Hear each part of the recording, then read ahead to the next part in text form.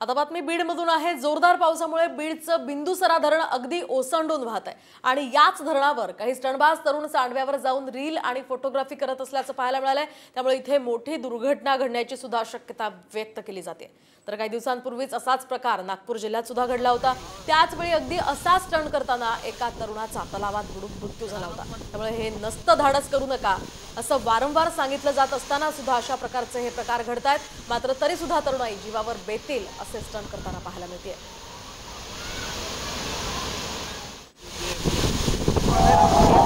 माध्यमातून पाहतोय बीडमध्ये रीलसाठी तरुणांची स्टंटबाजी सुरू आहे। त्यामुळे काही अनुचित घटना घडण्याची तरुण वाट पाहतात का असा सवाल इथे निर्माण होतोय। तर दुसऱ्या दृश्यामध्ये आपण पाहतोय हा तरुण नागपुरात स्टंट करण्याचा प्रयत्न करत होता। मात्र त्याचं हे नसतं धाडस त्याच्या अंगलट आलंय आणि तो या तलावात पडला आणि अक्षरशः वाहून गेल्याचं कॅमेऱ्यात कैदही झालंय। तरी सुद्धा तरुण सुधरत नाहीये।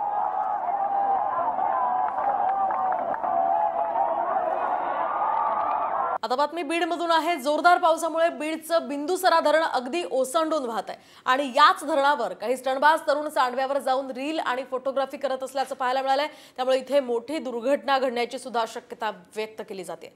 तर काही दिवसांपूर्वीच असाच प्रकार नागपूर जिल्ह्यात सुद्धा घडला होता।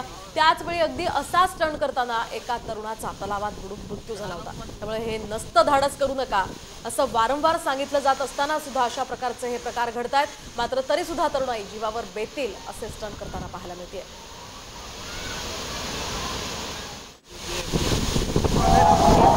माध्यमातून पाहतोय बीडमध्ये रीलसाठी तरुणांची स्टंटबाजी सुरू आहे। त्यामुळे काही अनुचित घटना घडण्याची तरुण वाट पाहतात का असा सवाल इथे निर्माण होतोय। तर दुसऱ्या दृश्यामध्ये आपण पाहतोय हा तरुण नागपुरात स्टंट करण्याचा प्रयत्न करत होता। मात्र त्याचं हे नसतं धाडस त्याच्या अंगलट आलंय आणि तो या तलावात पडला आणि अक्षरशः वाहून गेल्याचं कॅमेऱ्यात कैदही झालंय। तरी सुद्धा तरुण सुधरत नाहीये।